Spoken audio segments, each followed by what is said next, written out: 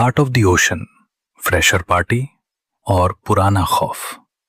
आकांक्षा और श्लोक एक दूसरे को गले लगाकर खड़े थे।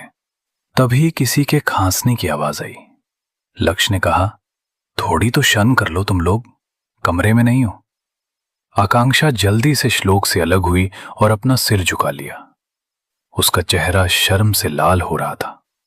श्लोक ने तिरछी नजर से लक्ष्य को देखा और कहा, वो मेरी वाइफ है, मैं अपने घर में उसके साथ कैसे भी रह सकता हूं। श्लोक ने आकांक्षा के चेहरे को ऊपर उठाया और प्यार से कहा, तुम्हें यह सोचने की जरूरत नहीं कि तुम कैसी दिख रही हो, तुम मेरी नजर में सबसे सुंदर हो। तभी कुणाल नीचे आया। श्लोक ने मजाक में कहा कि वो कुणाल को हमेशा के लिए यहीं रोक लेगा ताकि वो रोज आकांक्षा की नई हेयर स्टाइल बना सके। कुणाल जो टॉप 10 डिजाइनर्स में आता था, ये सुनकर दंग रह गया। लेकिन आकांक्षा ने मुस्कुराते हुए कहा, नहीं नहीं, मुझे तो वही हेयर स्टाइल पसंद है जो डॉक्टर साहब बनाते हैं। कुणाल हंसते हुए बोला, भाई जोरू का गुलाम तो इसे ही कहते हैं, विद्या और भक्ति का नया अवतार। जब विद्या और भक्ति तैयार होकर नीचे आई तो सबको शौक लग गया। नेवी ब्लू ड्रेस और स्मोकी मेकअप में विद्या और मरमेड स्टाइल गाउन में भक्ति बेहद खूबसूरत लग रही थी। विपिन की नजरें तो भक्ति से हट ही नहीं रही थीं। लक्ष्य ने विपिन को कोहनी मारी और कहा, इतना भी मत देखो, नजर लग जाएगी। शाम के 6:30 बज चुके थे और अब सबको पार्टी के लिए निकलना था। Hotel shine cloud.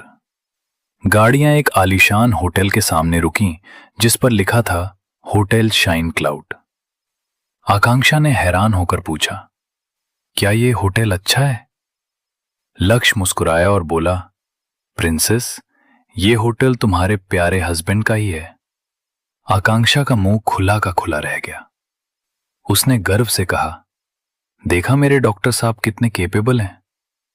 Parking area में श्लोक ने आकांक्षा को अकेले पाकर उसके माथे पर किस किया और कहा, एंजॉय करना, कोई भी परेशानी हो तो विद्या और भक्ति हैं, और जरूरत पड़े तो मुझे फोन करना।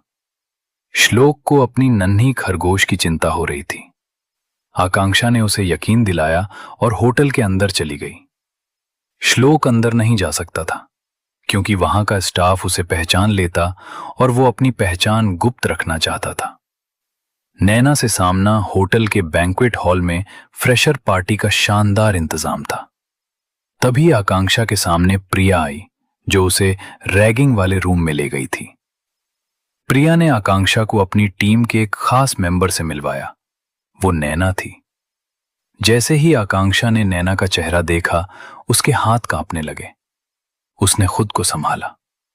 दूसरी तरफ जैसे ही नैना की नजर आकांक्षा पर पड़ी, उसका खून जम गया।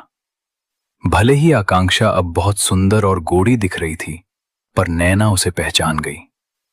जब उसने सुना कि इसका नाम आकांक्षा है तो वो 2 कदम पीछे हटी और चिल्लाई, तुम जिंदा कैसे हो सकती हो? नहीं, तुम जिंदा नहीं हो सकती। नैना का रिएक्शन देखकर सब हैरान थे। नैना ने खुद को संभाला और कहा, सॉरी, मुझे लगा मैंने तुम्हें पहले कहीं देखा है। आकांक्षा ने तिरछी मुस्कान के साथ कहा, और मैंने आपको कहीं नहीं देखा, ये हमारी फर्स्ट मीटिंग है।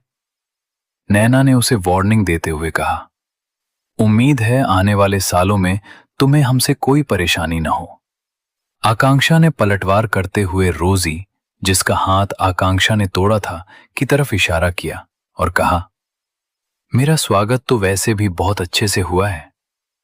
नैना और उसकी गैंग के जाते ही आकांक्षा की हिम्मत टूट गई और वो कुर्सी पर बैठ गई। उसका चेहरा पीला पड़ गया था।